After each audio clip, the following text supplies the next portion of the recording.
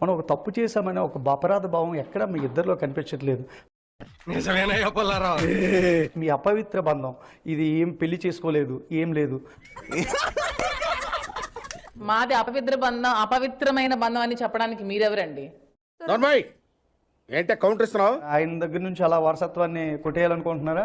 ఏం క్వశ్చన్ అడుగుతున్నారండి మీరు? నువ్వు ఇట్లా క్వశ్చన్లు కానీ అడిగినావు అనుకో సంపట్ని చెదిరిపోతుంది. దువ్వాడ శ్రీనివాస్ గారిని ఎదిరించేవాడు టెక్కలో ఇంతవరకు ఎవడూ లేడు. మీ అందరి దృష్టిలో అతను 58 ఏమో కానీ నా దృష్టిలో అతను ఎప్పుడు కూడా ఇంకా 28 లోనే ఉన్నారు. ఇదేం కర్మరా దేవుడా. కోర్టులు నిర్ణయాలు వచ్చిన తర్వాత కలిసి ఉందామని, ఇంకా తర్వాత అదే కదా. నాకు నువ్వు నీకు నేను తప్ప మనకెవరున్నారు చెప్పు? పొద్దున్న బిడ్డను కనే ఆలోచన కూడా ఆమె ఇంట్రెస్ట్ పెట్టి తప్ప. చూడండి మరి. చిచ్చి, మీరు సిగ్గుపడకండి, చచ్చిపోవాలనిపిస్తుంది.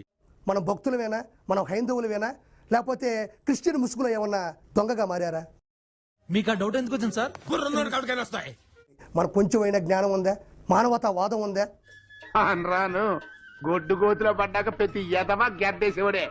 ఈ 3300లో 300 రూపాయలు మాత్రం టీటీడీ బోర్డుకి, మిగతా డబ్బుల్ని ఆవిడ గోని సంచుల్లో వేసుకొని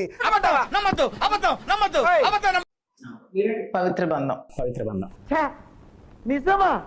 అరే ఒకవేళ మీరు హీరో అయితే మీ పక్కన హీరోయిన్ గా ఎవరు ఉండాలి? మాధవి గారు. శ్రీనివాస్ గారిని మినిస్టర్ గా చూడాలని నా కళ, నా కోరిక. ఎంత విచిత్రమైన కోరిక కలిగిందంటారు నీకు? మన కోరికలన్నీ అలాగే ఉంటాయండి. నీ ప్రభుత్వంలో చిల్లర శ్యామల మగాళ్ళకి రక్షణ ఉందా? డాక్టర్ సుధాకర్ గారిని పిచ్చోని చేసి నిలవన చంపేలేదా? ఇప్పుడు ఈ టాపిక్ అవసరం ఉంటావా? నువ్వు ఒక స్క్రిప్ట్ రాసుకొని అన్నిచ్చే డబ్బుల కోసము కక్కుతి పడబాకు. ఓరే నాయనో, వీడు ఈ టైప్ లో తగిలాడేంటి? జామాకు తింటున్నావా? సిగ్గు తెచ్చుకో. ఊరుకోండి నాన్నగారు, మరీ ఆడాళ్ళ ముందు నా పరువు తీసేస్తున్నారు.